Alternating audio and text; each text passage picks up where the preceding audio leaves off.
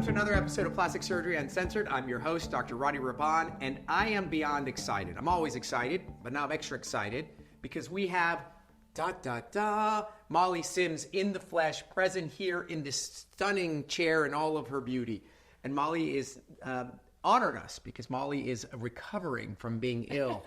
And she's like, I love you and you're a dear friend, and I appreciate you being here because every time we get together, we have such a good time. We talk about so many cool subject matters. And what we decided to do today is just have a smattering. Just talk about, last time we had a great episode. We talked about the reality of being the supermodel mom and the reality that there's no reality other than you get up at 5 a.m., you work out, then you take your kids and all that. So if you're interested in finding out what it's like to be a supermodel mom, go check out our last episode. But this time we're going to talk about a whole smattering of things. The first thing I wanted to talk to you about is the thing that everybody wants to talk about, which is, oh my God, what a glamorous life you have. Because I'm sitting here and I'm going through my Instagram and I'll see, oh, fuck, she's at another awards. God, I wish I went to an awards. My wife looks at me like, oh, I would get all dolled up. And we think that it's fun. And you guys do an amazing job. Obviously, it's fun. You're at a table, you're eating dinner. I'm not suggesting it's not, but no one really understands what it's like to have 17 weddings a year. I mean, you guys are under a lot of pressure. You can't just roll out of bed and just be there with curlers on. So I want to talk about the reality of all these incredible award shows that you're honored to be at, but really what's in the app, what it takes to be there and put on that show. Because I think people really take it, they don't really understand. They really don't. I don't know if it's that they don't understand or they're just like, they want to like be in like, oh, it's like when you look at royalty, if you look at like, you know, Princess Kate, or you look at King Charles, like you think like, oh my God, I want to live there. I want to be that. But it doesn't, it's not easy. I mean, the whole of just your managing of your life on the Golden Globes, for instance, I was in San Diego. I started at 5. I had 2 of 3 kids with me. Actually, I had all 3 kids with me. I got 2 on a lacrosse field, took 1 home with me, got dropped off at the Waldorf Astoria. I didn't have any license on me. I had nothing because I'm like, they're just going to drop it. The security was so bad. I was begging to. They're like, we don't believe you. Yeah, they were like, we do not believe you. I go, you're like a Molly, listen to me. Molly Sims lookalike. No, I'm the guy. I was trying to show them run a show. I'm like, this is me, and I'm going to pee on myself. I like almost started crying.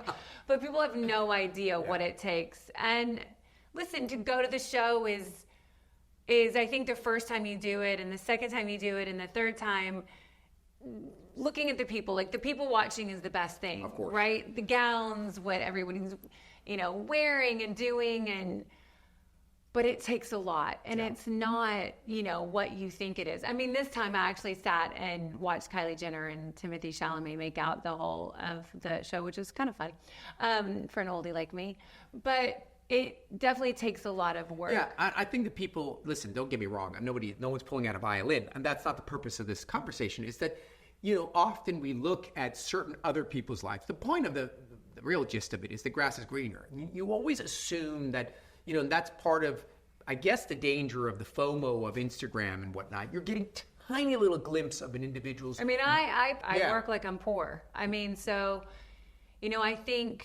think that's what's kind of successful, that I have these women who, kind of go along with me, because I think they realize how hard I work. For sure. I'm mom hard. Yeah, for sure.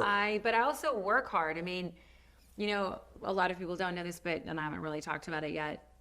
But I had a pretty big back surgery in L5, S1 disc replacement, and Rady helped me because they had to basically open some things up and close some things up so I could wear a bathing suit. And I can wear a bikini now because of Dr. Rady. So I just wanted to say thank you, because it was an incredibly hard surgery that I'd waited a year and a half to do. And listen, you have to prioritize what you want to do, what you want to be. Yeah. I've always I've put the work in. Yeah, you can't just show up at the show. Like, I'll tell you what happened. So I wanted to wear this George Shocker dress. My stylist who I've been with for over 10 years, Sonia Christensen, I'm like, I found this. And I'd worn him before. He's a couture designer in Paris. He's incredible. And she was like, oh my God, we got the dress. And I'm like, okay, I'm going to wear that to the Oscars. And to the Golden. She goes, no, I think we should do it. I'm like, I don't know. It's like a big rose gold, beautiful column dress. And when I tell you it had been taken up like this much, the girl was like tiny, the model who was wearing it. So Katie, my seamstress, basically took the dress apart. I'm talking corset out. I mean, we're talking, I was like, oh my God. It was like a reconstruction. If Mr. Shocker saw what we did to this, Monsieur, he would kill us. Yeah. Exactly. So you do all of this. You get the spray tan. You get the facial. You do everything. You don't eat salt for like 5 days before you're going to go to something like this. Or you're lucky and you get food poisoning. Or you're lucky and you get food poisoning like I've had this week. But no joke, we did everything, and things happen along the way. But and I think it's important for people to understand. I just thought it was a really interesting part about this, because one of the things that I've always enjoyed and admired, and really is the underbelly of our friendship, is that you're a real person. And the benefit, I guess, of social media is you can choose how to present yourself. And you've always presented yourself as a real individual, which is, here are my kids, I'm hustling hard, I'm in the morning doing this. And everything you can do up to that day and on that day, and you get into the golf cart and you're about to walk the carpet and the wind blows your train and it ends up in a sprinkler. It ends up ripping in the wheel of the cart. I go back up. They die. They do like magic eraser because there's tire tracks. Katie takes shears and cuts the back of the dress off. Did the monsieur have a heart attack? He probably did. I had to come down, get back on. Yeah. So at any rate, the point being is that while it is glamorous and is amazing and certainly would be something that we'd all enjoy doing, it isn't. It's work, it isn't always like that. And perhaps you kind of look and say, wow, that looks really interesting, but maybe it isn't that much glamorous as you. That's what I wanted. That's the thing. Like, you think it's going to be so, and it is glamorous in certain ways, but it's also like, it's a fuckload of work. You know what it is? It's kind of like your wedding. I know. In that, you look back at the photos and like, oh my God, it was magical. No, it wasn't magical. I had shit done on my thing tore, and then the barf, and then they forgot the cake. And nobody often, when you look at your wedding, the most glamorous days, and you juxtapose the true glamour and the beauty of being with your family and all the shit that went down, there's always a shit that went down. But I think it adds up. If you look back at your wedding, like, this is amazing. You're like, I was crying. Yeah. No, it adds up, and you'll do it for your wedding, but not like 17 weddings a year. Yeah. The point being is that you do it time and time and time again. And from the outside, everybody's like, God, I wish. No, you don't. You don't wish you went to 17 shows a year. I'm telling you, I promise you, it's obligation more than it is joy. All right. So the next thing is we just took care of your beautiful son, Mr. Lacrosse. Brooke Stuber. Yeah, had the honor of being. Yeah, so I'm literally taking care of one by one each of the family members. So I get this call. Sally's like, Molly's calling. I'm like, what happened now? And it's like, what the fuck? I'm in the middle of clinic. I'm like, sweat's coming down my face. People are pissed. They want to walk out. They've been waiting here 2 hours. Like, oh, her son cut her hand. He needs to come in right now.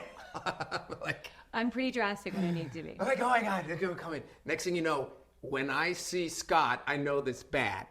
Because there he is, her husband, him. And actually, Brookster was chilling, taking it easy. And I walk in the room. And sure enough, he's got this massive gouge. From whittling. So we play sports, and I'm like, you know what? I'm going to give him, there's like a little, camp, then do art. They make things, and I'm like... Trying to make him well-rounded. They're trying to make him well-rounded. And my husband was because I called Christopher. I was like, is it really bad? He goes, you probably should come here, both of you. And I'm like thinking, oh my God. He said whittling. I want you guys to listen. From 1920s, whittling. The kid is doing chivalry and making candles and then whittling himself a cabinet. I love it. And he was whittling a present for his dad that said best dad ever. Did he just get to best? Only got to EMC. Yeah, I love it. But yeah, he had 20 stitches, and it was good. He did a good one. I got to tell you, I was coming in, I was like, oh, this is going to be a nightmare. It's going to be like some fucking like scratch. And I get in there and they open over his palm. I'm like, and hair the tendons. Like, good one. All right. This one was worthy of this disrupting. So anyways, like a champ, he did well. You were a little bit less of a champ, but you did good. You guys were all there, Scott. And it was funny because the timing couldn't be any worse because, he cuts his hand. We put in the stitches. God bless him. He's like, all right, I'm good, right? Because I got lacrosse finals. Can I play tomorrow? I'm like, no. You got like a cut right through the palm of your hand, 20 stitches. There is nothing. And he looked at me. You mean but we have the championship coming. We're flying to Orlando. I felt like I was taking care of Michael Jordan, like the 86 Bulls finals. I was like, sorry, brother. And then so we came up with some way to jerry rig his palm. I mean, when I tell you we're still jerry rigging a little bit, but you're not even going to see it because it was plastic. Yeah, we did good. We had Nurse Molly here, wrapping it and patting it, and I can see it in his photos. You guys see the pictures in Orlando. Everyone's standing around, and you see him in his little blue palm because he's got this little ace wrap thing with blue. I was just like, that's my girl. Molly's doing her job. I put him like, Sally, Roddy, if you need an extra nurse, I'm available, but I don't do blood. I do great wrapping. So at any rate, my understanding is he's good. He's great. He's back in action. He's back in action. No, listen, the one thing's about, a difference between like a surgeon and a plastic surgeon, when you need it. Like that's what I always say to moms, like, like the chin. I mean, you did the chin on him. Yeah. You've done every body part. Yeah. I think the thing why I bring that up aside from it's a very sweet story is that there's so many moms and dads taking care of their children, and inevitably shit's going to happen. I have a 2-year-old and a 2-month-old, and I'm sure eventually my son, it's just a matter of seconds. And then the question is, what do I do when my kid eats shit or falls off the slide or, a ball or a baseball hits him in the head or whatever? And the answer is, you want the best for your child. I have been doing ER-related work for 20 years. I do less of it now, but I did a ton of it then. And the reality is that you want to make sure that you get your child the best possible care when and if that occurs. So that means you take them to the emergency room. And if your gut tells you that the individual who is in the ER, which is, I'm sorry, often, a PA or whatnot, which is fine, and you don't feel comfortable, I'm not saying that they can't do a great job, then you need to tell them, hey, could you call a plastic surgeon or whoever's on call to come on in? That may cost you more because technically the ER can take care of it. But if your gut tells you, because I've had so many patients go, oh my God, I didn't know I could have called a plastic surgeon. I would have paid. I know. Now my daughter has this horrific scar across her face, and now we're spending years trying to fix it and laser it, and she's self-conscious. So it brings light to that if you are in a circumstance and your child does get injured and you do end up going to an ER and you have the means, ask for a plastic surgeon to come on in. And if you have to pay out of your pocket, I assure you in the long run, it'll be well worth it. That is such a good point. I think women, they don't know. They don't know, so they listen and they're like, I don't know what to do. But in their gut, they're like, this doesn't seem like... Yeah, for sure. This person doesn't seem to be the one who's going to put, it's my kid's face. It's like it's their elbow. Not that it doesn't matter, but it's less concerning. But if it's somewhere on their face and it's your child and it's bad, you have the right to ask for a plastic surgeon. I think that's what the key here is. You may not have one on Rolodex that you can speed dial as number 7. It's like grandma, grandpa, Roddy, but you don't need to have one on. You don't need to be Molly. That's the point. You literally can go into the ER and say, I'm so sorry, very respectfully, I'd like to ask for a plastic surgeon to come in. They'll tell you it's not necessary. We can do this. And if you feel that, God, I just don't feel comfortable, then you can ask for a plastic surgeon. And if you ask for a plastic surgeon, there may be associated costs with it, but I think it'll be well worth it. You have to advocate. I really mean that. And I think also you have to advocate in whatever you do as a parent, as a patient. I mean, I know, what's great about Roddy is half of his practice is fixing shitty work. For sure. And it's also because they haven't advocated for themselves. I mean, I think the best thing that he has is, this PDF that's very thick, but if you read, like, these are the questions that you ask. These are what you need to do if you're doing any type of surgery, a mommy makeover, boobs. No, like, you need to know those things. And if you don't, you need to ask. And a lot of times you can save yourself a lot of time and money doing it wrong and not trusting and not going to someone good. Yeah, and I think that, you said it best. Often you are overwhelmed and you are frightened and you have reverence. And the reverence is, I don't know if you think so, and you defer, which is fine. You defer to your lawyer, you defer to your accountant.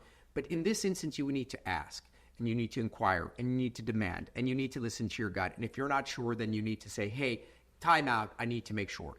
I think that's super, super important. So let's chat a little bit about this concept you and I were talking about, which is mom guilt, right? We talked about it a little bit because I think you are currently, I'm biased, but probably one of the best mom representatives in the celebrity world because you're a real mom. Yeah, you have help, and of course you have the means, and I'm sure you have a nanny and someone who helps you, but you're in it. Sleeves rolled up, you got your bag. I'm at lacrosse at 3. I got to pick up the ones jumping over a horse. You're in it because you're a mom and you love your children.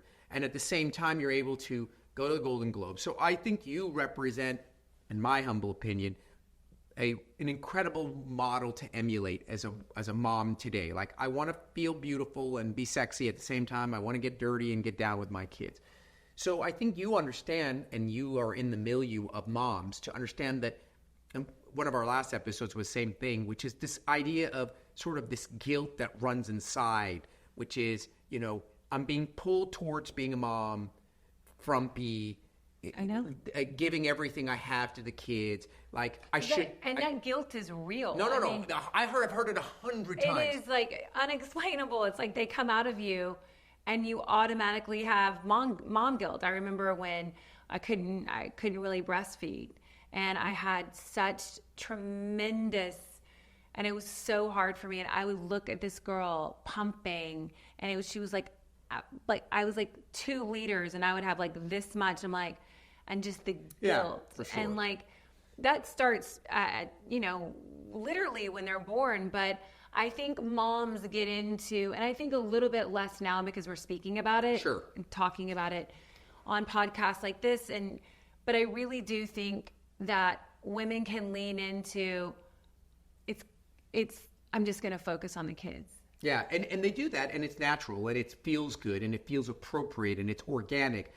But then they lose themselves. And I think then it's like it becomes like all or nothing. And it shouldn't be all or nothing. You should be able to be a badass mom, but also be a badass woman and feel good about yourself. And I think, the women who maybe take a little bit more time to take care of themselves, whether it's self-care and, working out, eating healthy, taking those moments, scheduling time just mentally for her to have a break, I think those women in the longer run are happier. For sure. And what it ends up doing is, there's no question. I always use the analogy of the airplane going down. Minute airplane starts to depressurize, airbags drop. Put the damn mask on yourself first. Why do they tell you that? Why is it like your natural tendency is, okay, here you go, little Johnny. You're putting the mask on Johnny. I'd do anything for my kid. You're useless. Once you're unconscious, you're useless. Your kid is screwed. So you put the mask on yourself first, which is incredibly, it seems so awkward that I'm breathing the oxygen while my kid is not, because if I go down, they're gone. They're gone. So the idea is the same in life.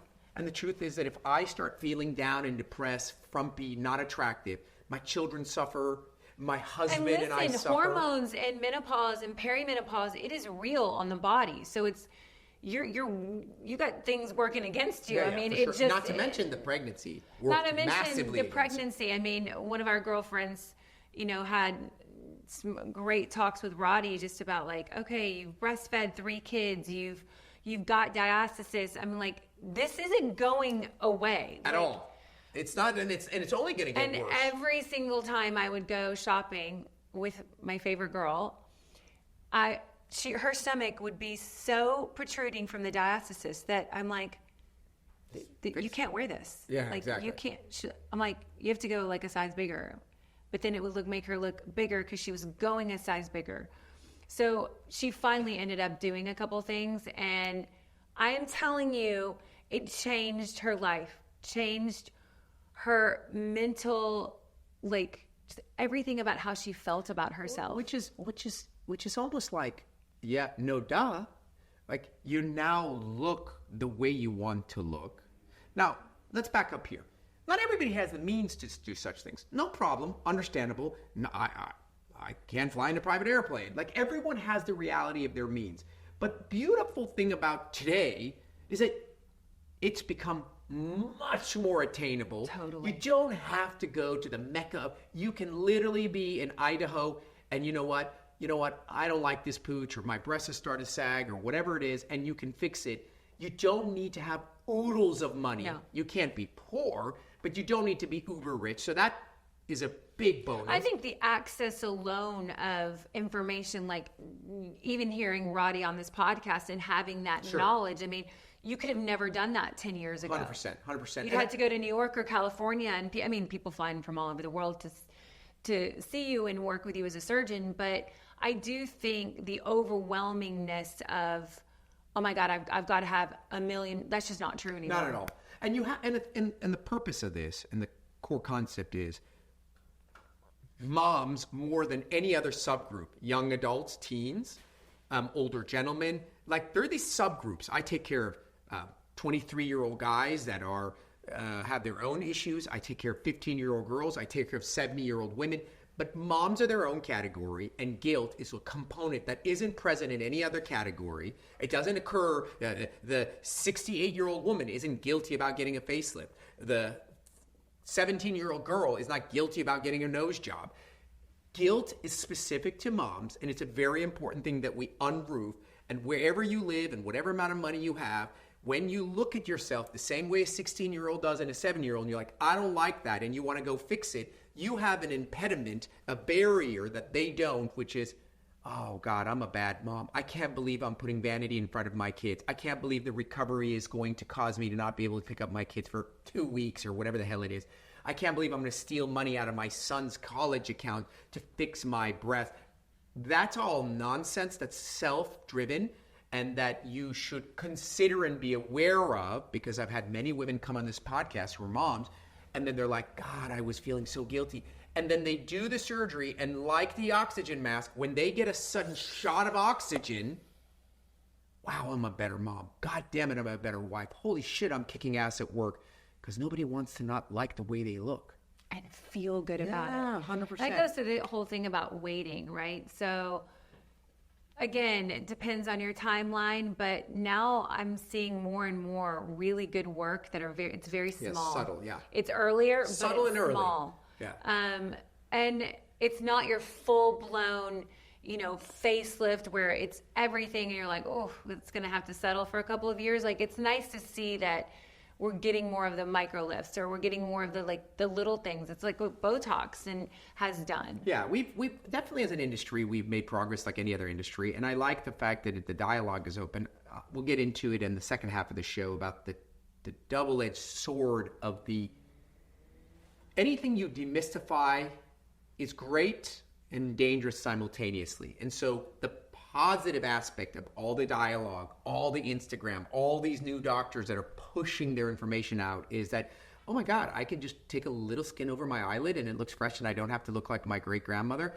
Yes, that's great. That's available to you. We'll talk about at the break the flip side of that, because as you know, I'm the half-empty, not the pessimist, but the true realist, and I'm here to guard you from the run and go out and get things done perspective. But I definitely think on the plus side, there's a shit ton you can do in small aliquots that just keep you looking good along the way, and you definitely don't need to do all or none. And you feel good about yourself. Like, again, it's mental illness. It's feeling good about yourself 100%. When you take care of yourself.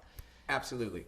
All right, so let's take a quick break. We're going to come back in the second half. I want to talk about your skin care. We're going to drop that at the end so we can expand as much as you like.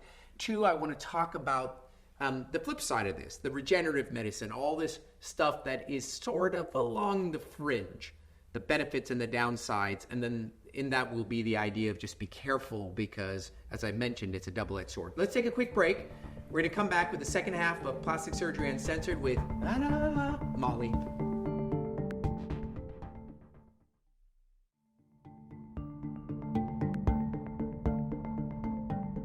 All right, welcome back to the second half of Plastic Surgery Uncensored. Let's dive. Okay, so I think as I said to you, I'm gonna leave the skincare for last because I want to plug you. But I now want to talk about the new horizon, the new frontier. The new frontier is peptides and regenerative medicine. And I hate the term regenerative medicine. Why do I hate the term? Why do you hate it? Because it's an all-encompassing umbrella that while it is absolutely appropriate and new and fresh and exciting, we live in a treacherous world where people take advantage of other people. So let me preface that and tell you what I mean. Regenerative medicine it's not a real thing. It's a concept. It's a really big umbrella. And that umbrella is we're going to start pushing the level of science, peptides, this and that. And with that, we're going to start creating new advances that we never had before. Love it. Sign me up. That was like what we used to do with collagen. No one ever had injected collagen before, and then they're injecting collagen from a horse, and they're like, oh my God. And that's progress. Progress is by starting trial and error. And when you do something, Botox now is bulletproof. But when we started it, we dropped a shit ton of eyelids. We probably killed a few people, and that's just the way that it is. I didn't kill anybody, but you can't just go from new concept perfected. So I'm okay with that. I'm okay with the adverse effects. I'm okay with the learning curve. I'm okay with everything. What I'm not okay with is the idea that I am a physician and I use this umbrella of regenerative medicine to push a bunch of shit that I don't know does or doesn't work. You're an unsuspecting, I'm so sorry, very vulnerable individual who's looking for solutions, especially in the non-surgical arena. So we have the advantage of saying it's minimal. It's not surgical. It's got little downtime. What's the worst can go wrong? And then we have people stealing money, like taking candy from a child. And that's the reason I'm unhappy about it. There is no qualifications. There are OBGYNs, internists, interventional radiologists, ER doctors, all of them doing regenerative medicine, shoving peptides and taking fat and stem cells. And I mean, the concept of stem cells is so broad, and it's just, I just don't, listen, I'm Geraldo David Horowitz. I tried stem cells on my back. I spent, I think, $48,000. Crazy. I still had back surgery. And I'm not saying that it doesn't work. Me neither. It didn't work. I'm not saying that it shouldn't be progressed. I'm not saying that one day we'll look back in 20 years and be like, well, shit, they got it down with science. I'm saying that unlike me, who is incredibly transparent, you come in my office, you're like, hey, I want to get cool sculpting. I'm like, 50-50. What do you mean 50? What does that mean? I said, it may work, but it may not. If this money is really important to you, then don't waste it. If you got money to burn and you're like, I'd like to try because I don't want to do X, Y, and Z, let's give it a shot. That's how I present it. I present it as it is. Then you are informed and you're like, all right, I'll give it a shot. You come to me, you want to do stem cells. Hey, Malls, it may work. Let's be honest, it's probably not going to work. But if there's a 12 or 15%. Is this like the PRP everyone's doing? Yes. If there's a chance that it does work and it prevents you from having surgery or delays it, it might be worth it. I tried it. You're lucky, you got a lot of money. Let's try it. If it's presented that way, I'm cool. Well, I really wanted it to work. So Right. But everyone who's in this category, that's why it's taking candy from a child. I know. Because these people are, desperate. Well, I'm desperate. Right. I didn't want to have back surgery. So why I'm telling you, I'm in general cautionary about the new frontier is not that it shouldn't be done. I'm just saying be very careful that I'll give you a perfect example. My wife has had 6 spine surgeries. She is miserable. And she spends 95% of her personal time when she's not taking care of our children trying to find a solution. That means she's now in Zebraland. Zebraland means I'll try anything. And when you get into Zebraland, under the regenerative conceptualization. And it's a real Zebraland. You're vulnerable to trying things that are very expensive. Now, luckily, my wife goes in going, it's probably not going to work, but I'll try it. And we're okay with that. but it's not always being presented that way. And that is my only cautionary tale. Otherwise, go ahead, try it. Vampire facelift, stick PRP in your under your eye. I don't give a shit. Do whatever you want. Just make sure that it's presented to you as it actually is. The knowledge is today. I know, it scares me too. Right? So that's all I'm saying. I'm not even so worried about the complications because I think most of them either do nothing or help a little bit. My biggest problem is that it's so easy to take people's money without having to produce anything for them. And I think the whole world, this whole area, and I don't know what you want to call it. I call it regenerative medicine or better yet, let me ask you, because you're on the other side. You're on the receiving end. You're the one who's being solicited and you see, what are the things that people are doing that are non-surgical, that are in the regenerative things? So tell me what they are.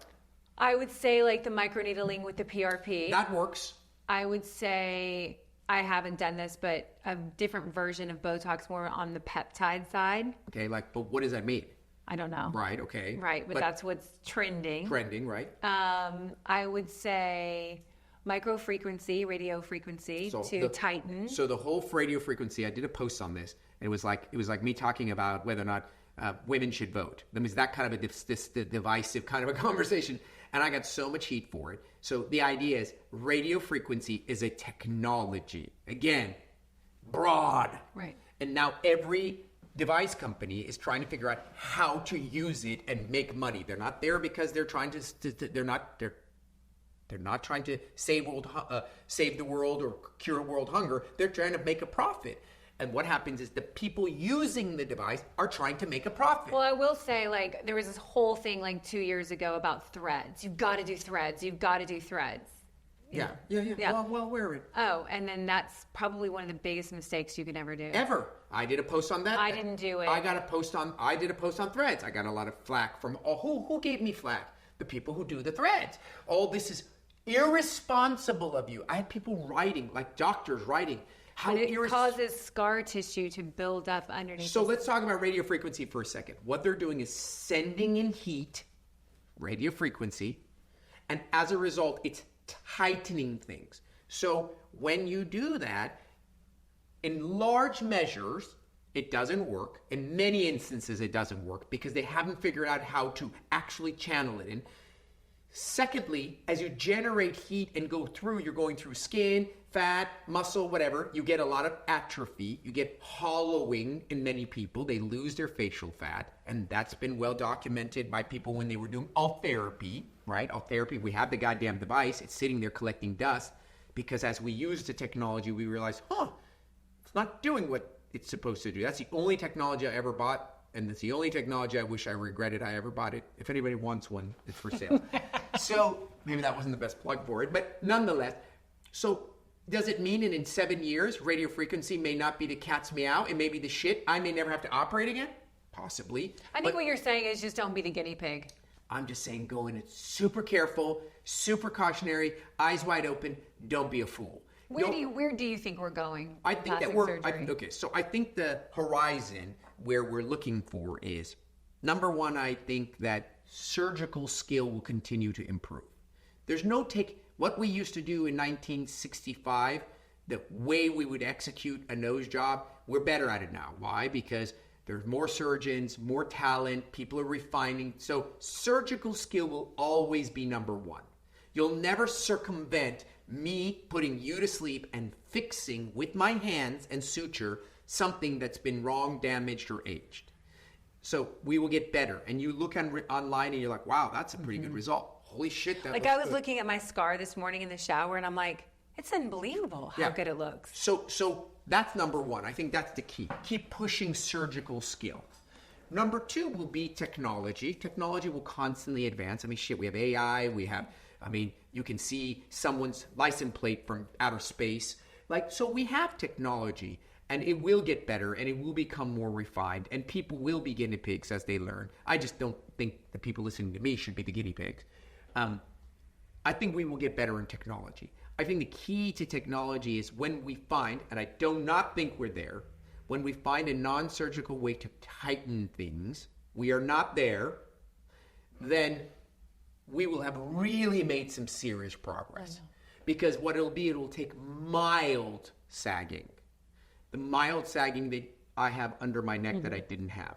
The mild sagging that I have in my mid-face that I didn't have. The mild sagging that I have in my arms. Not the major bat wings, not the major I'm turkey. always getting help. Like, please do my arms. And not the big turkey neck, not that kind of crap, but that early mid-40s starting to kind of loosen. I was kick-ass in 30s and something's fucking happening here in 40.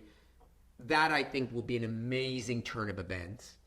And I think that they'll continue to push science when it comes to new materials, right? Botox was a game changer. Botox is there with Propecia and Prozac and Cialis. What was the other Viagra. one? Viagra. Those are like game changers. Right. Like, what do you Even mean? Ozempic for that matter. And now Ozempic. Yeah. That's those four, if you think Botox, the semaglutide, the God, my brain's scattered. Those four literally changed the face of the planet. Billions of people. There will continue to be those advances. And I think this whole world of social media is to be determined. On the one end, it is amazing because here I am, you and me sitting, we're talking, having a dialogue. Oh my God, I'm sitting at home. Every patient I see now is like, I've listened to your podcast. So my patient population is highly educated, super well read. But at the same time, other practices are milking it. They put some before and afters. They get a couple of celebrity influencers. They give them some free shit. They come, they post. Their 3 million followers come show up, and they just churn and burn. So that's the double-edged sword of the social media knowledge front. Like, ooh, look at all the results I can see. Oh, I'm 22. I want to get a lip lift. What? You want to look like you had a cleft lip? Why do you want to sew your lip to your nose? Why would you want to do that permanently? Because I saw it on social media. So that is where I see plastic surgery going.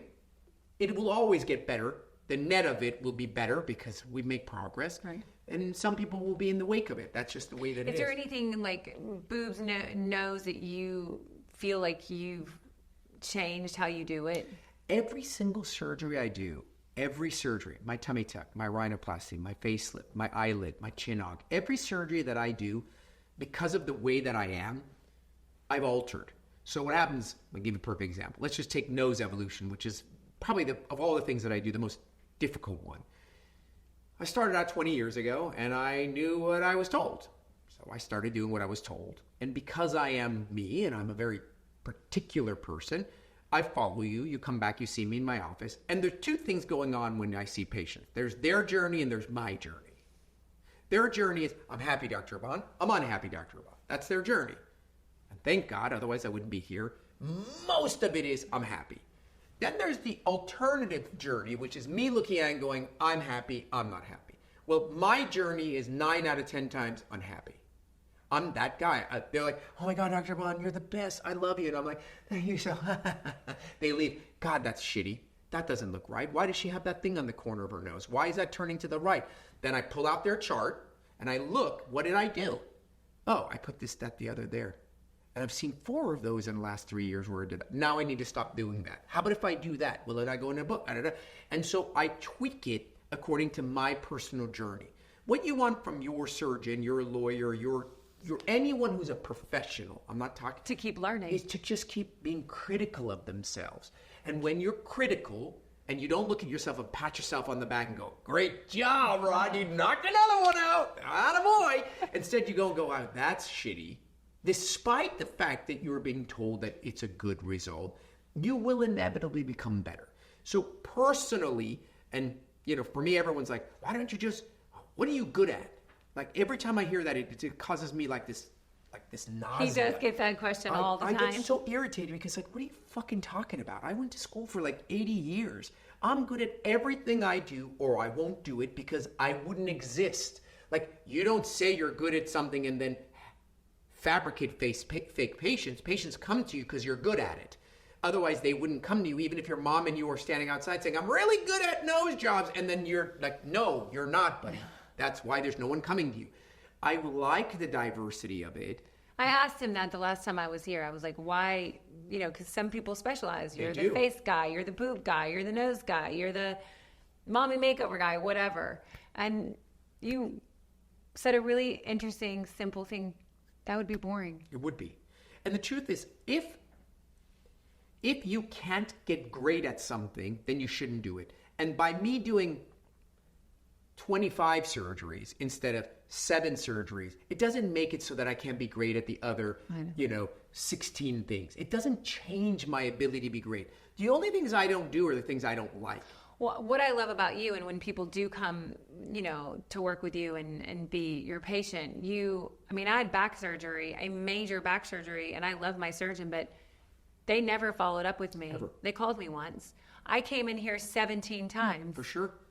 That's just the way it is. And I do think that is what you need to find in a doctor. Whatever you do is not in just the beginning, but what is the follow-up? Yeah. And that just comes to personality.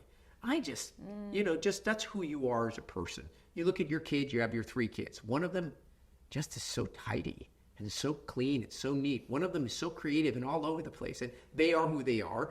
And my personality has always been super type A, very particular. And I want people to have... You make people feel good, and I think that's 90%. Well, yeah, I appreciate that. And, I do love what I do. And I think the future of plastic surgery is very bright. I just worry about the landscape of social media taking advantage of vulnerable people. Well, you can do this for 20% off. You can do this for... Or, hey, did you see Katy Perry did so-and-so? Oh, my God, Katy Perry did so-and-so. Look how good she looks. You mean in that one photo that's been photoshopped? In that one angle where she's smiling just so... So many filters. So I that's what I'm worried about. All right, last part. Let's chat you. So while you were, was it from like 2:30 a.m. to 4:30 a.m., you decided that, God, what am I doing with my time? I'm so fucking lazy. I have all this time, I'm doing nothing, just sitting here REM sleep. So you're like, let's do skincare, because why not? So let's talk and plug and discuss this line of yours and what you're doing and how it came to be, and tell me about it. It came to be in 2020 because for the 2012 to 2020, I had really bad hyperpigmentation and melasma. And, as one does when you turn 40, as he was saying, things start to change, right? Whether it be, you have a new baby and a thyroid problem and stretch marks. Maybe you have melasma and hyperpigmentation on top of that. And so with every baby, 2012, 2015, 2017, I would become a little desperate because I was really having issues with my skin, and I was the girl model who was known for the no makeup. Right. I would come in here, no makeup, skinny jeans, white t-shirt, black heel, you know what I mean? Just very simple, very natural. Relatable. And that changed right when I had Brooks. I had a massive thyroid problem. I weighed 204 pounds. I had, I don't know how it became undiagnosed during my pregnancy, but everyone just missed it. Until Dr. Bimbasat was like, you look like a football player. I'm like, great. Yeah, he's definitely, and that's probably exactly how he said it. He did. I walked in, he goes, your neck. I was like, what the fuck is wrong with you? And I was like, you look he's definitely not subtle. And, so I started going on this whole thing of hydroquinone, which, as you know, it's amazing until it's not. Yeah, of course. Because you go out into the sun and it's just like you've never done anything for 3 months. They will just come back with a vengeance. So I did peels. I broke down after Scarlet in 2015, and I did a cold laser with Dr. Orion. And he charged me $10,000. It was the most I'd ever paid for anything in my life. Yeah. Except for my Birkin bag, Betty, in cash in Paris. And I mean, I had patches, I had everything. Oh, yeah. And so the more drastic I would do, yes, it would be good for 2 or 3 or 4 months. I'd be red, I'd be dry, I'd be like I was on prescription retinol, but I wouldn't be dark. And then in 2019, Scott said I had a little dirt on my face. He says, your face looks a little dirty, because I was trying to patch it with like a concealer. Yeah. And I was like, fuck it. So I stopped my prescription of hydroquinone. Sorry, Dr. B. I stopped peels. I stopped anything really harsh. And I started with a product called Biologique Recherche P50 1970. It's a very strong, can't use it when you're pregnant, toner essence that was a very active exfoliant. And then I took another product, and then I took another product, Glytone, IS Clinical. I've took like 15 And I actually made my own cocktail that I would do every week. Were you doing it such that you put a little this, a little that, or did you pour them into did you empty it No, out? every day I would do something different, and then I would do 1 week, and then I would try to figure out what's working for your face. And I'll tell you, you weren't available. Blame it on me. I called you. You weren't there, so I got a facelift. No, I had to go. I live down the street from another great surgeon named Dr. Karmanoukian, and Gray had fallen and split his lip. Okay. And so he has a company called Care, K-A-R-E, and he put 2 stitches in, and he actually weren't available. See the guilt coming out? Yeah. Super. Sally was like, he's not here. Red-handed. And anyway, like you, I can't really watch blood. And I don't know, Dr. Karmanoukian was like, Annie said you're doing her skincare, my neighbor. And I was like, yeah, I put together a kit, because we're in COVID, whatever, of all the things I'm doing. And I made her own routine. And he's like, well, what are you doing? And I was like, well, I just kind of like do a little bit of this and a little bit of that. And he was like, well, just tell me. I'm like, no, I'm not going to tell you. And at that moment, I knew I had something. Right. And so I felt like I didn't really want to go back on the road. I didn't really want to go back and living in a trailer. I'd had my 3rd kid. I started to take on a little bit of producing. I produced it to Get Organized with the Home Edit, Clea and Joanna, great home organizers. I started doing that. We sold a show to Reese Witherspoon. And then I'm like, maybe I'll just go back into producing or go back into like a little bit of acting, but where I don't have to be gone all the time. So I started kind of like my producing on that side. And then I wanted to be with his manager. And I felt like I wanted to grow in terms of like doing something brand wise. And I'd never really done anything. And I met with her, and she's amazing, and she's like a really good friend of mine, and I thought it was going to go great, and she was like, it's great, like come back to me in a few months and tell me what your 5-year plan is. I was like, what? What 5-year plan? I was like, what the fuck is a fucking 5-year plan? I'm like a cat. I just like pivot. And so she's like, no, I'll sit down with you, but you need to have a plan. Yeah. And so, no shit, no joke, next day on a soccer field, raining, I'm next to a woman named Kim Kruzberger. She owns Pivot Projects now. And I was like, are you still at Goop? She goes, no, I left. I'm gone on my own. I'm doing consulting, just starting. I go, I'll be your client. She's like, done. I go, can you come over? And she's like, okay. She came over for literally another 2 weeks with her and another woman named Danielle Pergamont, who's an incredible beauty wellness writer.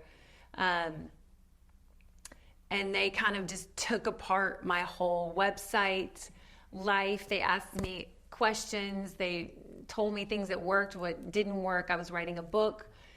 And she asked me, she was like, well, do you have any white space? And I'm like, well, yeah, why is everything that's really strong and obagi and really harsh, derm, it's ugly. No offense.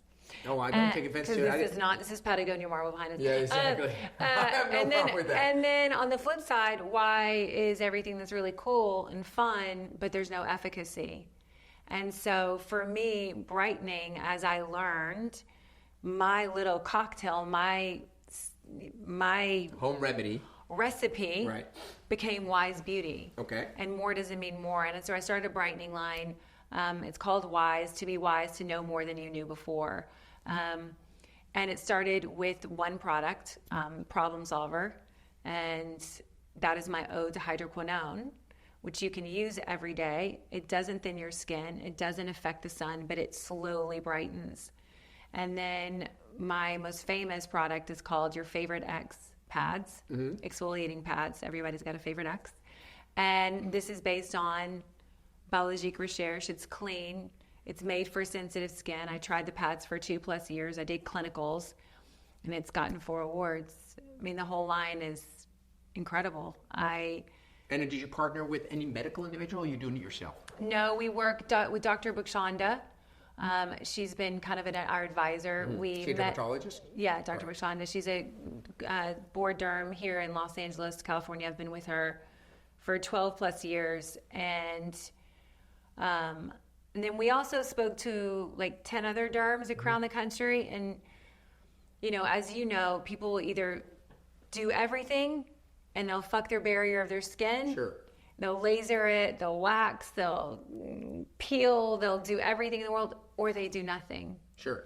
And a lot of times the women who come in who have money, who have access, kind of to what you were talking about, like, oh, there's a new thing, let's do it, are the women who probably are the most effective. They've either lasered off their skin where they, or microdermed where they can't even keep makeup on anymore. Sure.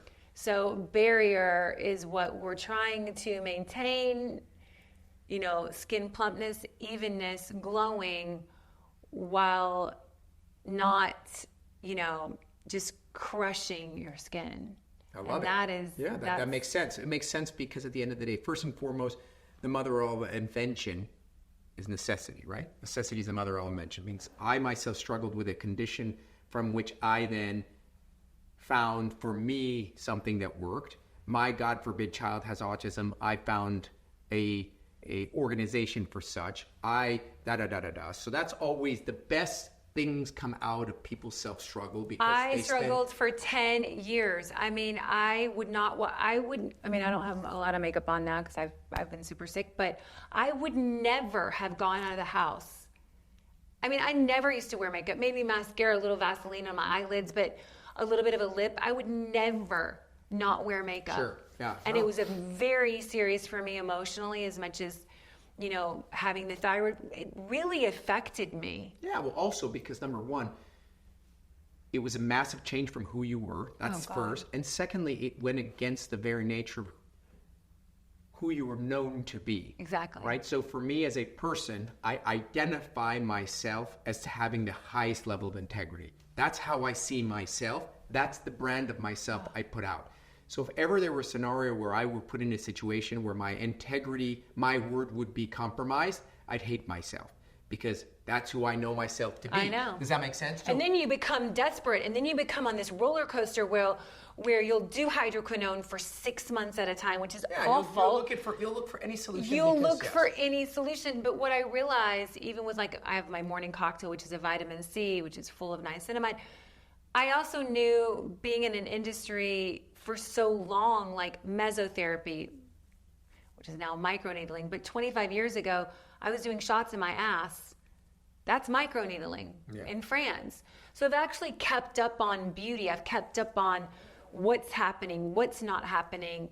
And I think that knowledge has helped with my actual product. Like, I know that I don't want my vitamin C, my morning cocktail, to peel. I don't want it to feel sticky. I don't want it to smell like a fucking orange. Yeah, I mean, listen, if you weren't in the industry, you wouldn't know what you're doing. I mean, you have to be the end user of the product. Yeah, but for me, starting this company, Rady, I got a lot of, oh, you're just another celebrity skincare brand. It doesn't matter what they say to you. At the end of the day, this is the bottom line. At the end of the day, the proof is in the pudding. Well, the that's product the thing. that you create, there are thousands of products being created. There are thousands and thousands of surgeons.